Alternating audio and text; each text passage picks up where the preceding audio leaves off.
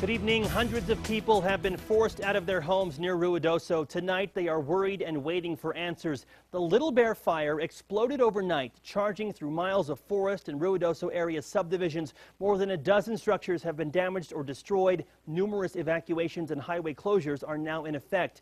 News 13 pilot reporter Bob Martin begins our coverage from above the flames in Sky Ranger. Looking from the skies over Ruidoso Downs, southeast of the fire, toward the northwest, the scale of the Little Bear is enormous, stretching miles from the upper slopes of Sierra Blanca through the White Mountain Wilderness and all the way across Highway 48 into several subdivisions north of Ruidoso. Late in the day, high west to southwest winds were pushing intense fire rapidly eastward and northeastward through the dry trees, grass, and underbrush.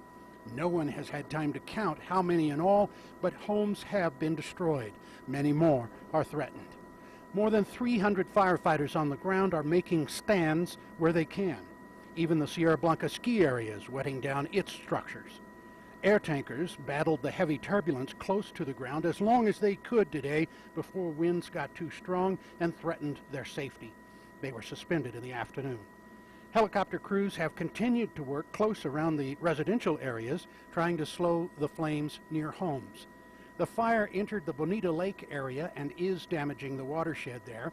It started a few days ago as a small lightning fire here just north of Sierra Blanca Peak. Yesterday, it was 100 acres and 100% contained, but gusty winds helped it jump the containment lines. Through the night, it was burning about 1,000 acres per hour. As the fire continues to rapidly grow, more evacuations are being ordered. Bob Martin, KRQE News 13, near Ruidoso. Hundreds of people were evacuated overnight and earlier today. Fire officials told some evacuees they should expect to be away from home for as many as 5 days.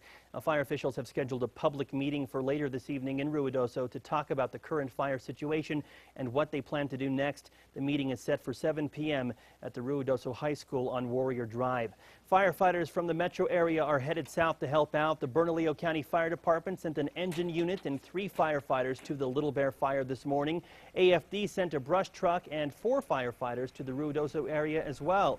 AFD says more firefighters are on standby if needed, and the governor has ordered the National Guard to deploy 100 troops and 2 Black Hawk helicopters to help with the fire.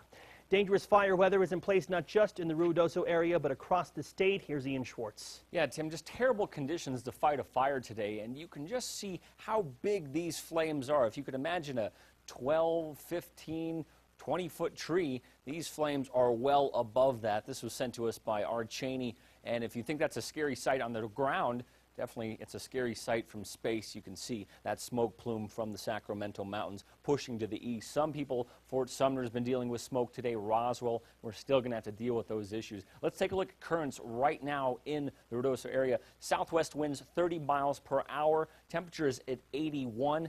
And right there, that is not a good number. The relative humidity at 7%.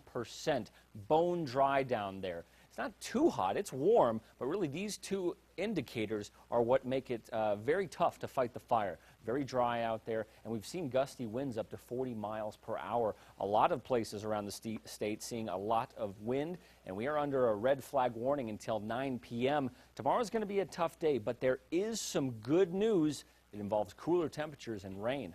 All the details coming up. Thank you, Ian. Be sure to stay with KRQE News 13 and KRQE.com for the very latest on the Little Bear fire. We have multiple crews at the scene. Our coverage continues later tonight on News 13 at 9 and News 13 at 10.